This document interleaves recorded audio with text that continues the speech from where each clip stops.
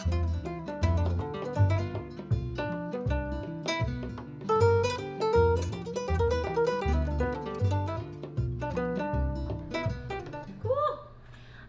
So the main and important ingredients in sauerkraut are actually really, really simple. If you're cooking along with me today, you literally only need 2 ingredients: cabbage and salt. The rest is absolutely gravy and awesome to have, but it's all garnishes and fun twists on traditional sauerkraut, which I'll get into in just a few minutes. I'm just making sure we're able to hear my volume okay. I'm going to check out and make sure everything's going through and streaming. Thank you guys for bearing with me. I'm on my own in my own kitchen today, so I'm just making sure that this is all rocking and rolling. Okay. Let's see in just one moment. If you have any comments, please keep adding them to the box so I can check and make sure that I'm answering all the questions as we go. I just want to make sure we're ready and rocking. Sweet! Okay, you guys. Awesome sauce. Thank you. Oh, I got hearts. So much appreciation. Thank you. I feel like we're rounding the corner here in San Francisco, and we're getting close to hopefully being okay and getting through this awful COVID crisis. So pending, I'm in the kitchen today because we're setting up for summer camp. Hopefully it's all going to be okay. Great. Okay, you guys, I'm going to get started here. And if you are cooking along with me, let me go through some of the ingredients you're going to want to grab. First and foremost, as we mentioned, literally the only 2 things you need are cabbage and salt. That is sauerkraut incarnate. After that, everything is just gravy, okay? If you're making a savory version of sauerkraut or an Indian spice version of sauerkraut with me today, I'm gonna use a little bit of turmeric, cumin, a bit of raw onion, and a garlic clove. If you have a bit of a carrot lying around, that's also great to throw in here too. If you're making a sweet version of cabbage slaw or sauerkraut, you're gonna wanna grab another head of cabbage. I'm gonna use purple cabbage, and I did a magic of TV thing and already shredded it. So I'm gonna use purple cabbage just because it feels a little bit more decadent, a little bit more sweet to me. I really just love the color it makes. And I'm gonna use 1 apple, a little bit of fresh ginger, and I'm gonna use a dried fruit today. I'm gonna use raisins, craisins, currants, honestly dried cherries. Any of those would be amazing in this sauerkraut. And then you're gonna wanna grab some warming spices. So warming spices being cinnamon, allspice, clove, nutmeg, cardamom, any of those are great. I'll just be using 2 or 3 of them today, okay? So without further ado, I'm gonna get us started here. The only equipment you're gonna need are gonna be your trusty cutting board and knife, and you're gonna want a very large bowl. Hopefully you've warmed up your hands because we're gonna be using those a lot today. And then you're gonna want jars to put your sauerkraut in. I'm also gonna show you a trick to use with water and a plastic bag. So if you've got a few sandwich bags handy, that's great. And this is my favorite tool of all time. This handy dandy box grater is gonna be my best friend today. If you don't have one, don't worry, you can still just mince up your ingredients by hand, not panic, but this is gonna be really helpful. All right, that being said, you may also wanna grab yourself a couple of spoons, maybe a whisk, a few measuring tools, and that is going to be it for today. Another thing you could grab is also a set of tongs if you wanna use these instead of your hands. You'll see why in a moment, okay? So here's what we're gonna do. First and foremost, I'm gonna show you how to clean cabbage. Now, cabbage is an essential part of sauerkraut because it's full of what's called lactic acid. That is sounding kind of crazy, but it's essential for creating the probiotics that we want out of this dish. Sauerkraut is one of those awesome things that isn't just amazing on New Year's Day when you're eating it with pork and sauerkraut, but it's also one of those ingredients or garnishes in a lot of dishes that can really amp up the health benefit of whatever dish you're putting together. It's awesome on sandwiches, perfect on salads. I really like throwing it on top of a burger every now and then, or even putting it on top of a savory porridge. Now, cabbage, if you have a head like this, it should be relatively small. We only need about 1 pound to fill our jars today. And these are just about 3 cups. So per person, this is gonna be enough for you to get through a few weeks. But for our cabbage, about 1 pound is what I'm gonna be working with. So that's kind of, if you're tripling or doubling this batch, start with 1 pound. And then per pound of cabbage, you need about 1.5 teaspoons to 2 teaspoons of salt. Too much more than that, it's not only gonna taste kind of funky, but you're gonna mess up the pH balance we're trying to get. More science in a bit. Let's chop this guy up. If you have a lot of chlorine in your water at home, try not to wash it too much and try to dry it really well before you chop it. Same thing will happen. The chlorine in tap water can affect the pH balance as well, and we don't want that.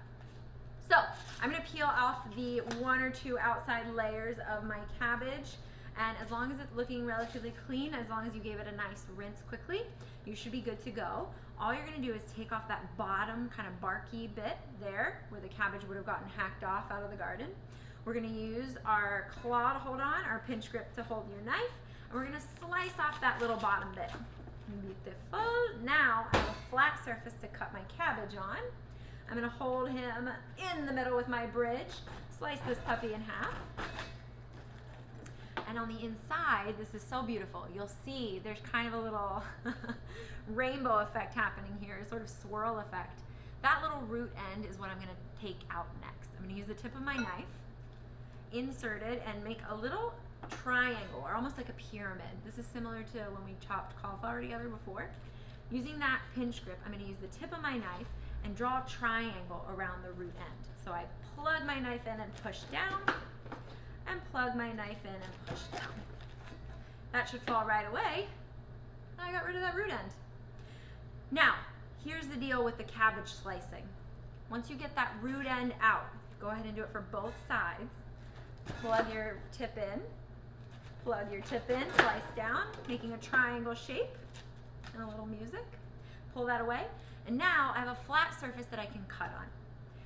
The thicker you make your cabbage, the crunchier and kind of denser your sauerkraut's gonna be. The finer you make your cabbage, the softer, more supple it's gonna get. So this is totally up to you. There's no right or wrong answer.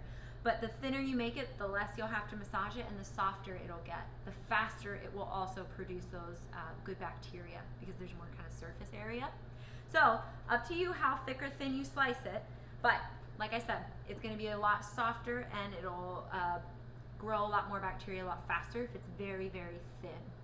No matter what size you decide to make your cabbage, make sure it's all the same size. If you have huge pieces and small pieces, it's gonna ferment at a different rate, okay? So all you have to do is, using that bridge again, we're gonna slice right down along that kind of spine looking piece of the cabbage leaf. Just go right down the middle here, slice them in half, and now I'm gonna turn that 90 degrees, and I'm gonna thinly shave my cabbage. I like to go pretty fine with mine, but I still like it to have a tiny bit of texture, so I don't go super, super thin. You can absolutely use the food processor and the shaving attachment if you want to use that grater attachment. That makes this easy, but it's just as easy to do it by hand, in my opinion. Now, 1 small head is a little bit more than a whole pound, so you may not use all of this cabbage today. You might want to save some and make some cabbage soup, or maybe just turn it into a yummy slaw, or put it on top of a salad raw. Any of that's great. I know a lot of people use cabbage leaves as lettuce cups whenever they're trying to take out some of the bread in their diet. I feel like I've been eating a lot of bread these days. I'm not sure how I got so sidetracked. Sauerkraut, here we go. We're gonna put that cabbage into a bowl just like this. So mine is roughly 1/8 to 1/4 inch thick, okay? Not very thick at all, but that's gonna give it quite a bit of body being that thick. Now I'm gonna finish chopping up a bit more of this. I'm not gonna use the whole thing. Again, just thinly slicing. That's all we're trying to do. Sauerkraut's one of those really cool dishes that's been around for a really long time. And fermentation started hundreds and hundreds of years ago.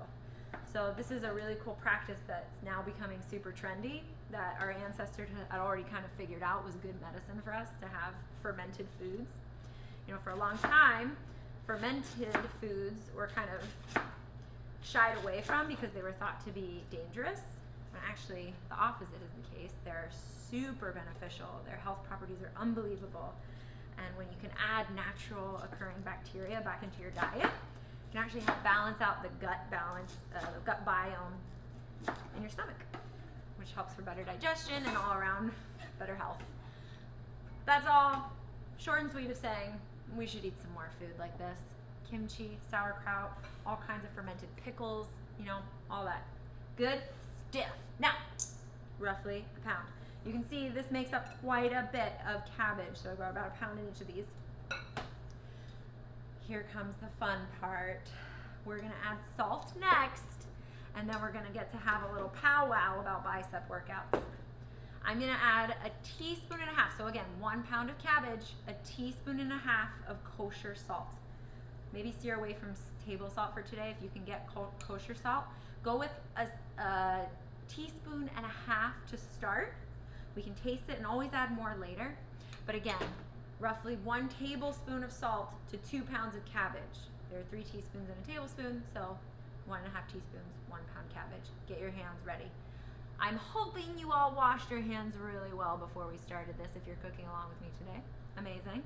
I'm gonna check my comments just one more time to make sure everybody's okay. Don't worry, my phone has been sanitized. All good. Amazing. Cool. All right, this is the most important tool in the kitchen, your 2 hands. Here's what we're gonna do. You're gonna start massaging the cabbage. This is super essential.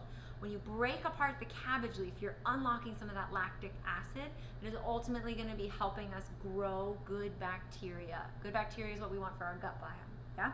So in massaging, I'm actually physically squeezing and turning the cabbage. My goal here is to go for about 5 minutes. And I'm gonna turn this into really, really beautiful, watery mixture. You're gonna already see it. If you've already started squeezing and kneading this cabbage around, you're gonna see it's gonna start turning really wet. Yeah, that is a great sign. That means we're doing a good job. You're gonna see the cabbage start to wilt, almost like salad that's been sitting in dressing too long. It's gonna start looking softened like that. That's exactly what we want, okay? Now, for my sauerkrauts, I think a lot of professionals would suggest using some of those tops that have a hole in the top that kind of releases the gas for you. If you don't have one of those, that's okay. I've made sauerkraut a million times over without using those. I'll show you my trick for that. But you do need a lid. Oxygen is gonna be the enemy of ours here today. Oxygen can kind of upset all of the fermentation process that's happening. So you're gonna wanna definitely make sure you at least have a really good sealing jar for this. I would definitely suggest glass over plastic. Glass will block out more of the oxygen. And you're gonna wanna find a cool, dry place to store this. If your sauerkraut gets too warm too fast, it's gonna kind of act like, I know all of you are making sourdough these days, but it's gonna kind of act like overproofed bread, right? It's gonna overproof and produce bacteria so fast that it won't have enough time to eat all the sugars that are in here. So, oh, mine's starting to completely transform. So, just that fast, check this out.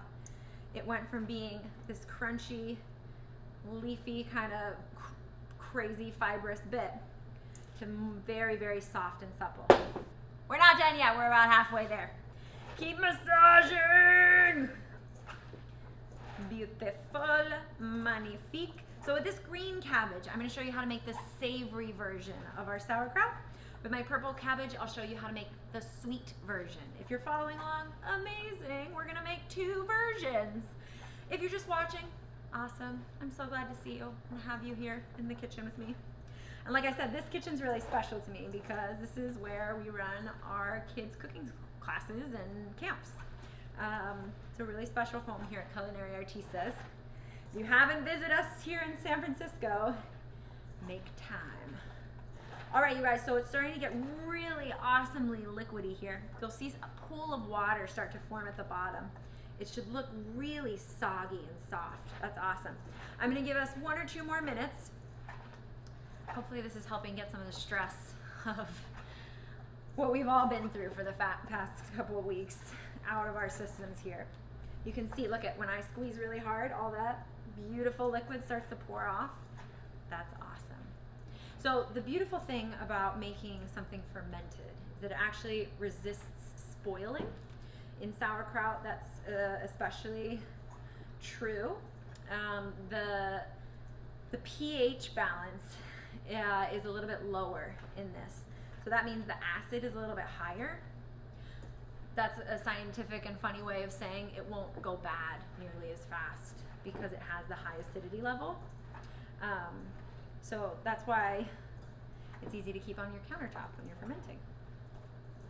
I do tend to leave my sauerkraut out on the counter for about 5 to 10 days. Some people do it for longer, 2 weeks. But after about 5 or 10 days, mine usually starts to get about the acidity level that I like and the flavor profile I like. So you guys, something super cool is happening. It's kind of hard to see, but there are bubbles that are starting to form right now too. So much of this liquid is being released. That liquid is our key here. That liquid is what we're gonna submerge this cabbage in and under, which will protect it from the oxygen. That's what's gonna also allow us to grow this good bacteria. It's gonna start, the good bacteria, because of the warmth of the cabbage sitting in a jar out of room temperature, the good bacteria can grow and feed on that lactic acid. Cabbage is what's called a cruciferous veggie. It just means that it has a high lactic acid content. It's really fibrous and dense. Cauliflower falls into this category too. So really dense veggies. Napa cabbage is of the same make. So that's going to also be helpful. You'll see. Look how much liquid. It's harder to see probably on camera, but there's a lot of liquid gathered in the bottom. I have about 1/4 cup of liquid in the bottom of this. That's a good start. All right, savory guy is first. You can go ahead and taste it right now. And it should taste relatively salty. Only 1.5 teaspoons of salt. Totally makes a world of difference. Again, we don't want to use too much salt. That's going to kill our bacteria growth. What you can add to this to make it super fun is my Indian spice version is, like I mentioned, some of these veggies. I'm going to grate up this carrot to add some color and a little bit of sweet flavor. If you've cooked with me before, you know I like to find a balance between sweet, salty, savory, umami, sour, spicy. I'm using a carrot to make it sweet. I'm going to use my box grater for this part. And I'm just going to grate this right into the bowl. I'm only using about 1/2 carrot. This is going to come out to about 1/3 to 1/2 cup of grated carrot. It'll keep its orange color, which is super cool. And it just looks lovely. The carrot will also ferment a little bit. But again, the base of our sauerkraut is only that cabbage and salt. That's all it takes. And a little bit of time, a little bit of patience, a little bit of love, as in all things. So I've got my carrot and my cabbage all mixed together here. Beautiful. I think I'm gonna switch my bowls here and put the cabbage into my glass bowl so you can see how it transformed. I'm a visual learner, so I like to show rather than tell. Look how juicy that got. Oh my God. Yum!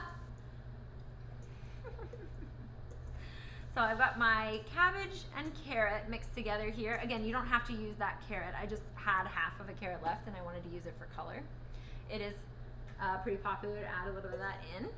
And then I'm also gonna add just a little bit of red onion for more color.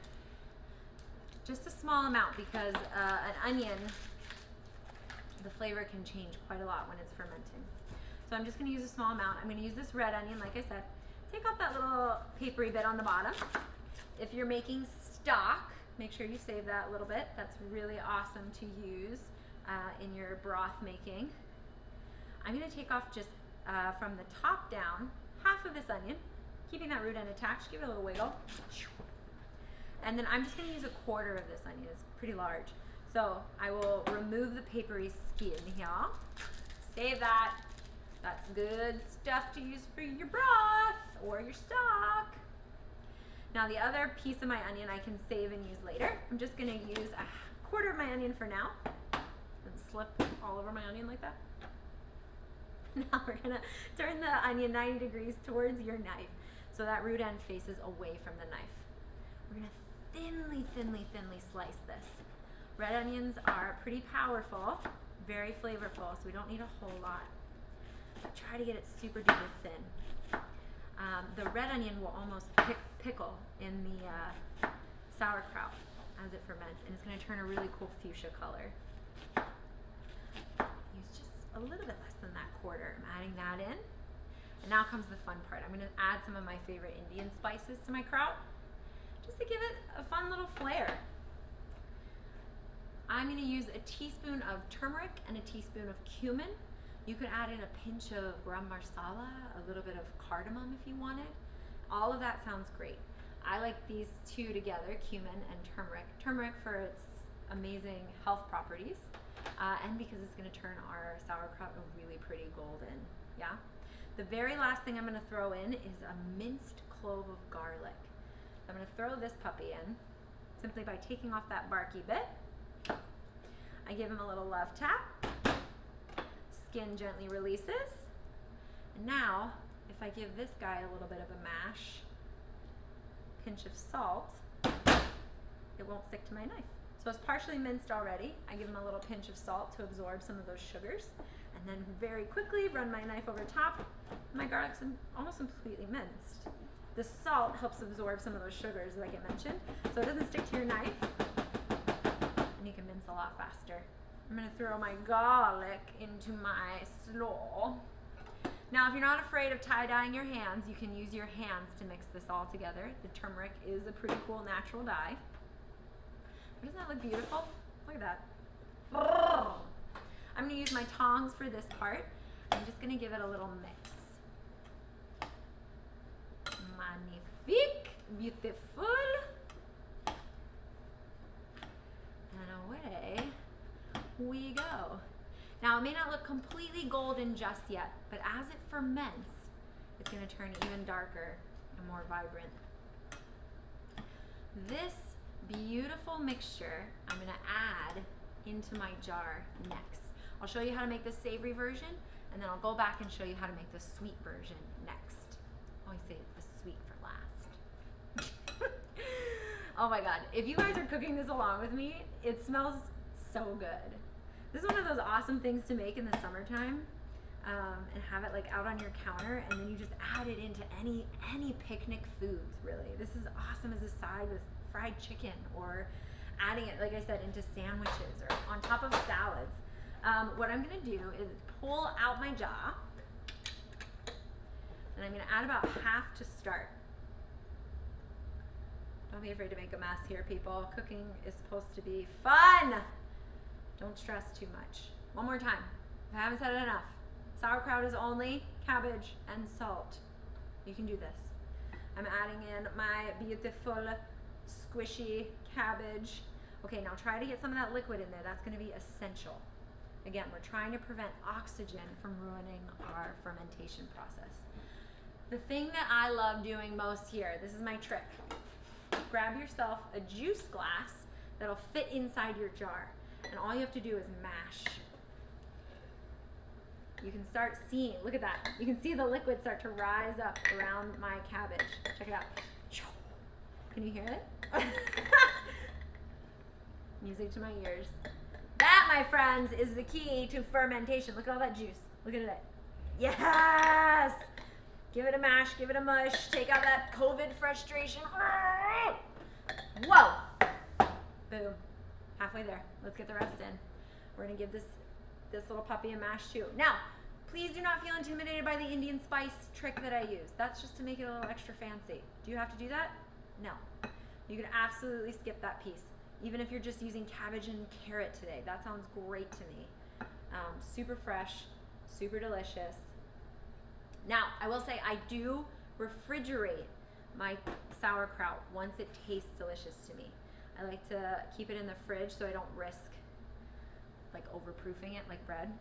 I like to keep it in the fridge to kind of prevent the fermentation process from going any further. As I'm smushing it down, I'm trying to coat my cabbage in liquid. See how I'm getting it below the liquid mark? Every time I smush down, I see the golden liquid rise a little bit. Let's get that last bit in if I can. Now, it's okay to have a little bit left over. You do want a tiny bit of space at the top of your jar. That's important. Give it about at least an inch, okay? Oh, nice, nice, nice. Now, mine is almost completely covered. Here's how you can ensure that everything sinks below your line. Grab yourself that plastic bag and fill it with a little bit of water. For me, I'm only going to use less than 1/4 of a cup. I'm going to fill this up with water. BRB. And here's why I'm doing that. I take this plastic bag, get all the air out. It might work it works a little bit better with just the regular sandwich bags that you can fold over and tie. I try to get all the oxygen out. Now look, I have a homemade weight. That weight can go inside my jar. And now I ensure that all of my cabbage, all of my ingredients are tucked under that liquid gold, okay? That's a really important thing. We don't want the oxygen to touch our liquid. We want to make sure that you block out most of that. Otherwise, a film can form. And a good way to tell if you've accidentally let your sauerkraut oxidize too much is that it'll start turning a little bit brown, or you might even see mold start to form, okay? So I'm trying desperately to seal this off and let it go. Look at that. Look at that! Now, one more time, let me show you what I did. I know I went kind of fast. Cool. So my baggie is my homemade weight. That goes on top. Make sure you've squished your cabbage down as much as possible so it's totally coated in that liquid. Now my baggie is my weight.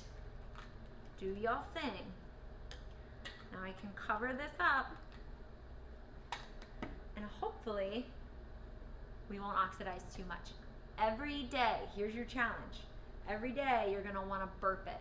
If you don't have the attachment that'll allow the extra gas to escape, just give it a twist and seal it again. If you're worried about it leaking, just put a large Tupperware underneath it to catch any of that liquid that might try to escape. But otherwise, you're good to go. You let this sit on your countertop, like I said, 5 to 7 days for me. The humidity in the air can totally affect that, and the temperature of wherever you live can also affect it. So the warmer it is, the faster this puppy's gonna cook up, okay? When you stop seeing bubbles forming, that's a good sign that your sauerkraut has kind of reached its peak. Time to refrigerate, okay? If you're an expert canner, you can also totally seal it and get it put up in a pantry somewhere. But I would suggest for the home cook, throw it in the fridge. It'll keep for several months for you, okay? So once you start seeing bubbles, right around tomorrow, if you keep this on your counter, you're gonna start seeing bubbles start to form. That's our sign that we've created life. Bacteria is happening. When those bubbles are not very active anymore, time to put it in the fridge. Cool? Let's make the sweet one. I love you, sauerkraut. Yum. Okay, putting him off to the side. I get too excited. Bring it back. I'm gonna go ahead and clean my station. If you're still with me, and we're gonna make the sweet version next. I'll tell you, the sweet sauerkraut is one of my favorite surprise ingredients to add to almost any dish. You put it on top of barbecue, you put it on top of, like I said, a savory porridge. All of that is bomb.com. And it's a really fun trick to just add some really surprising flavor to almost any dish. So I am getting rid of any of these kind of gnarly looking bits because I did this very quickly, forgive me. Now I've got my beautiful red cabbage here. I'm gonna move some of these bowls out of the way and give us some more space. Mucho compost today, we love that. And I'm gonna move on to our sweet version now. So again, one more time, for the sweet cabbage, I'm gonna use a red cabbage, 1 apple, about 1.5 to 2 inches of ginger, fresh or dry is great, and about 1/4 cup of dried fruit, okay? This is gonna go exactly the same as the savory version. Get ready, get set. 1 pound of cabbage. Whoa! I think it's good luck if you throw this over your shoulder when you spill it. 1.5 teaspoons of salt. Kosher salt, please. Don't use table salt. And we are going to town. Forgive me if you will. I'm gonna rinse this and use a bigger bowl to mash this because my hands are tired.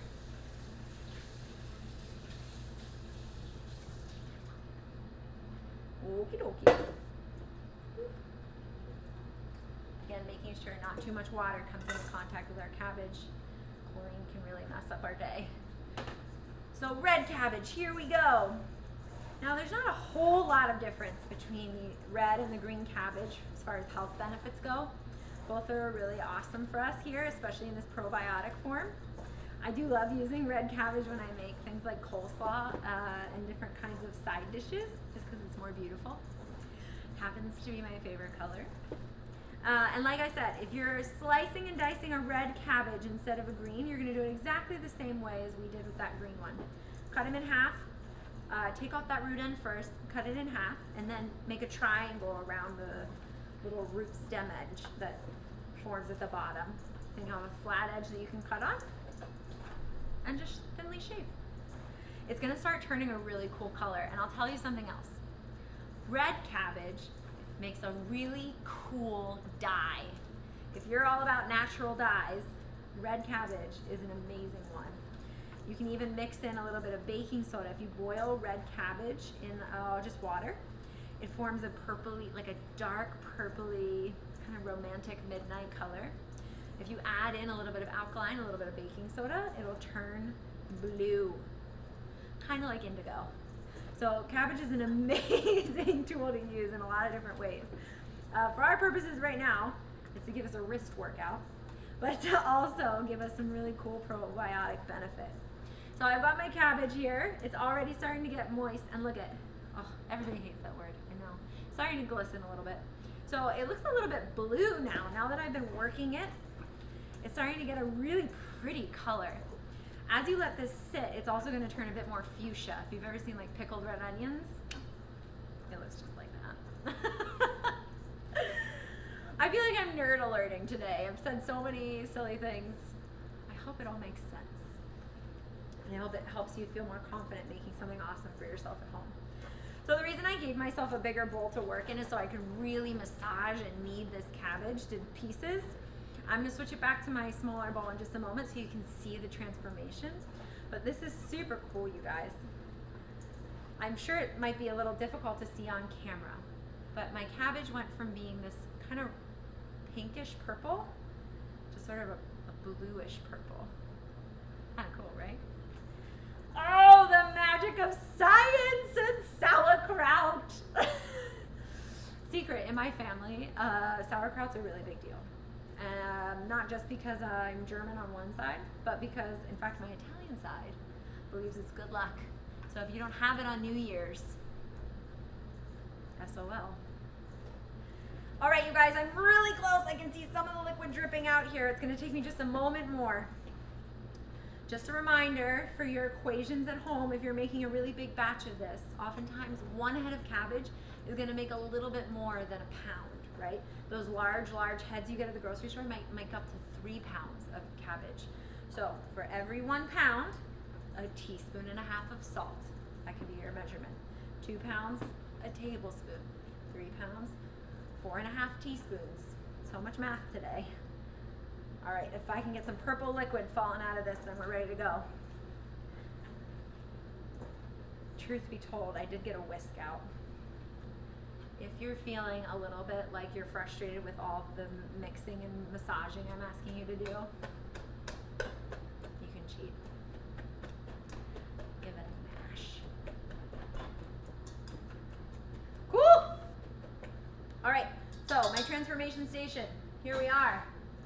Gorgeous, bluish purple, midnight sauerkraut. Mwah. Okay, I'm losing it. What a Wednesday. What a time to be alive. Okay, now my cabbage has only been seasoned with salt. You can give it a taste. It may have absorbed the salt a little differently depending on whether or not you sliced it more thinly or more thickly this time around. But it should taste pretty salty. That's important. Now, I'm going to set that aside for a moment. And in fact, I'll do you one better. Let's get that gorgeous, look at that beautiful color. Oh my God. Hot diggity dog. What a day. All right, let's get this out of the way. We got our purple cabbage. Looking so beautiful, girl. Show. I'm gonna add in some sweetness. So instead of using sugar in my sauerkraut to make it a little sweeter, I'm gonna use Mother Nature sugar in the form of an apple. You can give this guy a rinse. There are naturally occurring bacteria on organic apples, and it shouldn't mess up your sauerkraut too much, but you do want to just give it a rinse. Let's go ahead and grate up our apple. If you prefer, you can thinly slice it and dice it on your cutting board. This is just a lot easier for me. Whenever I'm grating anything, I really try hard to tuck my fingertips in and make sure I don't add fingertips to my dish. So I'm grating this apple out so it gets into these thin ribbons. Again, if you want to use that food processor attachment, rock and roll, love it. I'm grating a box around the outside of my apple so it contains the seeds on the inside. Basically, it's going to turn into a long, thin rectangle. I do keep the skin on. Totally delicious. Adds a little color, a little fiber. Love it. And we're just about finito. Perfect little square. This is one of my favorite tricks. If you have kids at home, slice your apple the wrong way. So instead of slicing from stem to tail, slice it the other way and a star appears. That makes me believe there's a higher power because there's stars inside of our food. Mind blown. Okay, enough about that, Eliza. Here we go. I've got my apple. I'm gonna mix that into my cabbage. I'm sweetening up my kraut. Here's what we're gonna do next. I'm gonna grate in my friend ginger. Rogers? No. I'm gonna get my ginger. I'm gonna show you a trick on how to peel ginger properly. I'm gonna peel back one of these ginger pieces. I really only need about 1.5 inches, 2 inches, okay? So I'm gonna get rid of a bit of these pieces. All you need is a spoon, and you can peel ginger really easily. Using the pointed side down, give it a scrape. And just like that, we have our ginger. Now, ginger is what I would call a saving grace ingredient. Ginger not only has that heat and that spice and that really interesting flavor, but it also helps if you ever feel nauseous. Friends at home, if you've ever had a hangover, my secret cure, woo, is to eat a thin, like 1/4 inch slab of ginger. Dude, it's like medicine. Okay, so I'm peeling away the very last bits of the skin here. Perfect. I do have cool purple hands. It is gonna dye your hands a little bit. All right, you guys, I'm gonna use the box grater again. Here we go. These skins, if you decided to, you could totally boil this in your stock to add some ginger flavor if you're making any kind of Asian broth, like if you're making, say, a miso soup or you're trying to make a broth for an udon or a ramen. Save these, put them in your broth. You can also make a tea. Boil this in hot water, a little ginger tea. Now, root is ready. Go ahead and grate. If you want to thinly slice this and then mince it, that's totally great too. We're just trying to get it super fine so you get a little bit of ginger in every single bite. Now, ginger is really fibrous, so it might start to collect on you. I'm going to dice up whatever's left over so it gets all used up.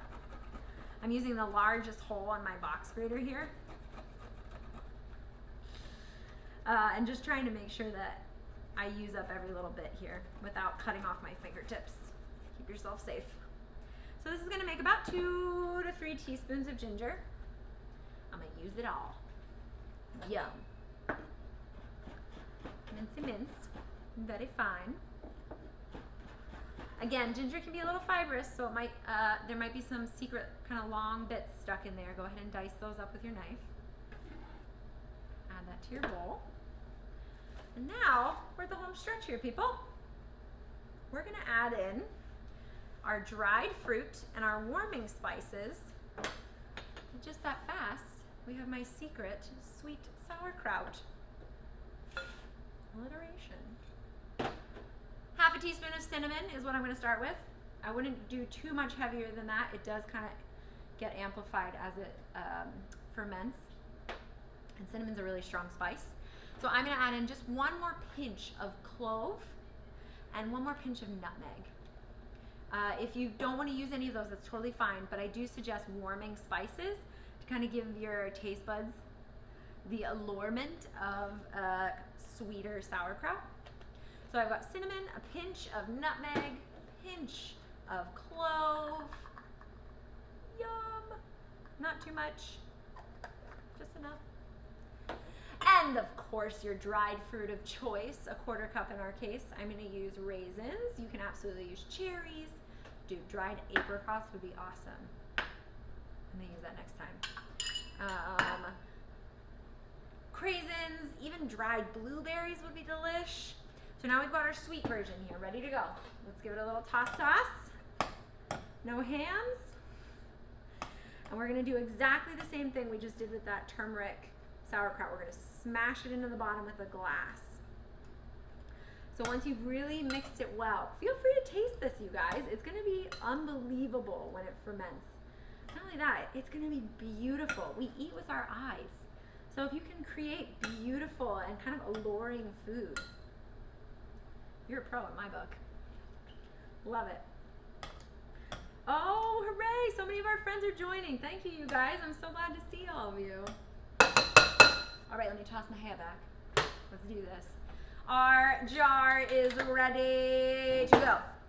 Again, let's start with half and mash it in the bottom. These are 1.5 jars. So what is that? 3 cups.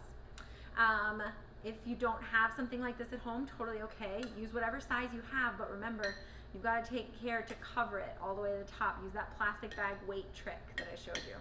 If you forgot how to do that, I'm going to show you again. Fill up about halfway here. And just as before, we're going to use the bottom of our juice cup, whatever will fit inside here, okay? Give that a nice mash. Oh, yes! Juicy. Really important that we start seeing some of that liquid rise up. That is our saving grace for the sauerkraut, okay? That's gonna help ferment all of our goodness. We're releasing the lactic acid. We're letting the bacteria have something to eat and grow.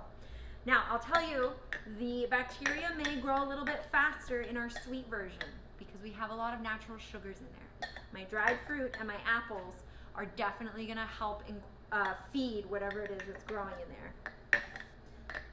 Look at all that goodness. Oh my goodness, it looks so pretty. Ready for the second half? Here we go.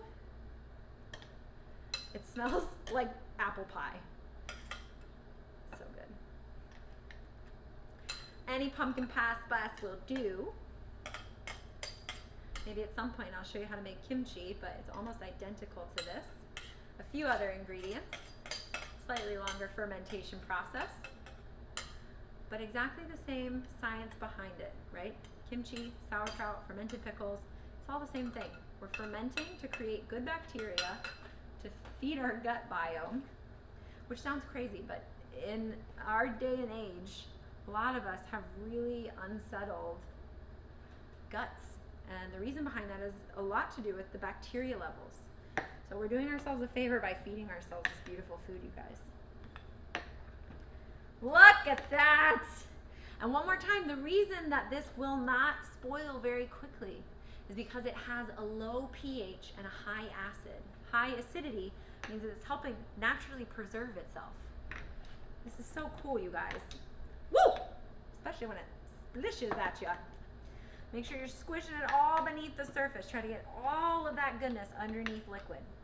And remember, we have a trick. If it's not sinking the whole way underneath, we're going to use our plastic bag trick once again to make sure we're sealing our sauerkraut well. Fill your little baggie up with a little bit of water. This is our homemade weight. Some canning or jarring kits will come with a weight, so you may not need to use this part as a part of your step. I like to do it because I think it's fast and easy. I'm going to add this in right on top.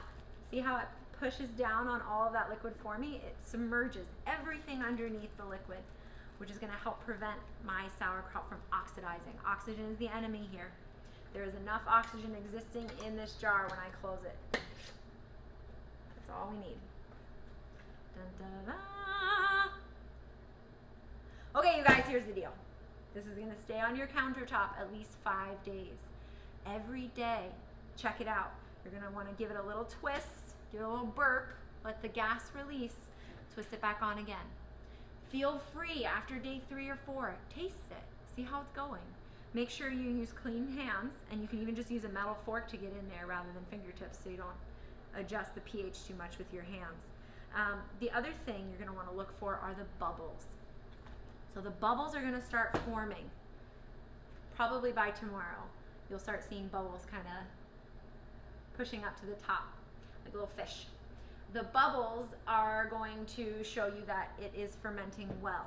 When they stop being super active, that's a good sign that your sauerkraut is complete, and just throw it in the fridge at that point. I hope you guys have enjoyed today with me. It's been so fun to make something so delicious and so close to my German roots. If you are ready, willing, and able to see this recipe, I will have it typed up and listed on my website, made by the amazing Nate Hecker. I'm at elizathechef.com. I'm really grateful that you could join today. Thank you for tuning in. This will be up on my feed, so you can watch it again if you missed any steps. And of course, please ping me with any questions you have. If I missed them in the chat today, I'll make sure to go back and review. But I would love to hear from you. Shoot me a message. Share this with others, and hopefully this can be your new fun starter to give other people. This is one of the best housewarming gifts I've ever gifted anyone. So you're welcome. Thanks for tuning in today, you guys. Last time, I'm Eliza the Chef. I hope to see you again soon, and thank you for cooking so beautifully and well for yourself. Take care and be safe. See you soon.